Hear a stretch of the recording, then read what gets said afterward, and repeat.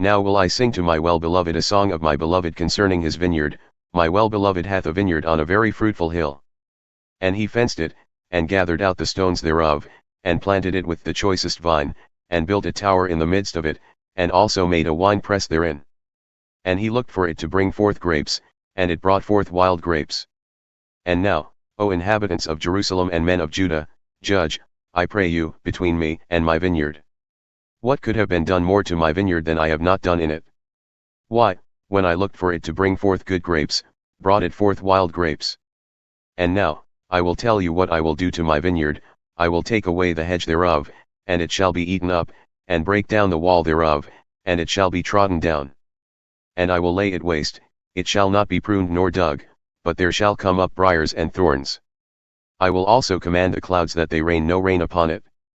For the vineyard of the Lord of hosts is the house of Israel, and the men of Judah, his pleasant plant. And he looked for judgment, but behold, oppression, for righteousness, but behold, a cry. Woe unto them that join house to house, that lay field to field, till there be no place, that they may be placed alone in the midst of the earth. In mine ears said the Lord of hosts, in truth many houses shall be desolate, even the great and fair, without inhabitant. Yea, 10 acres of vineyard shall yield but one bath, and a homer of seed shall yield but an ephah. Woe unto them that rise up early in the morning, that they may pursue strong drink, that continue until night, till wine inflame them. And the harp and the viol, and the tabret and pipe, and wine are in their feasts, but they regard not the work of the Lord, neither consider the operation of his hands. Therefore my people are gone into captivity, because they have no knowledge, and their honorable men are famished, and their multitude dried up with thirst. Therefore hell hath enlarged herself, and opened her mouth beyond measure, and their glory and their multitude and their pomp, and he that rejoiceth, shall descend into it. And the lowly man shall be brought down, and the mighty man shall be humbled, and the eyes of the lofty shall be humbled.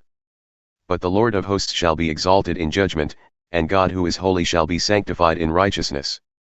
Then shall the lambs feed according to their manner, and the waste places of the fat ones shall strangers eat.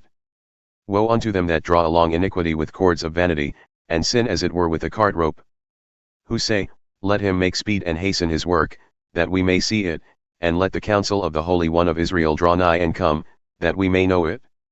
Woe unto them that call evil good, and good evil, that count darkness as light, and light as darkness, that put bitter for sweet, and sweet for bitter.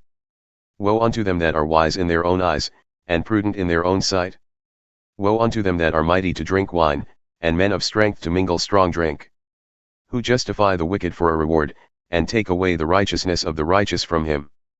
Therefore as the fire devoureth the stubble, and the flame consumeth the chaff, so their root shall be rottenness, and their blossom shall go up as dust, because they have cast away the law of the Lord of hosts, and despised the word of the Holy One of Israel. Therefore is the anger of the Lord kindled against his people, and he hath stretched forth his hand against them, and hath smitten them, and the hills did tremble, and their carcasses were torn in the midst of the streets. For all this, his anger is not turned away, but his hand is stretched out still. And he will lift up an ensign to the nations from afar, and will hiss unto them from the end of the earth, and behold, they shall come with speed swiftly. None shall be weary nor stumble among them, none shall slumber nor sleep, neither shall the girdle of their loins be loosed, nor the latchet of their shoes be broken. Whose arrows are sharp, and all their bows bent, their horses' hoofs shall be counted like flint, and their wheels like a whirlwind. Their roaring shall be like a lion, they shall roar like young lions, yea, they shall roar and lay hold of the prey, and shall carry it away safe, and none shall deliver it. And in that day they shall roar against them like the roaring of the sea, and if one look unto the land, behold darkness and sorrow, and the light is darkened in the heavens thereof.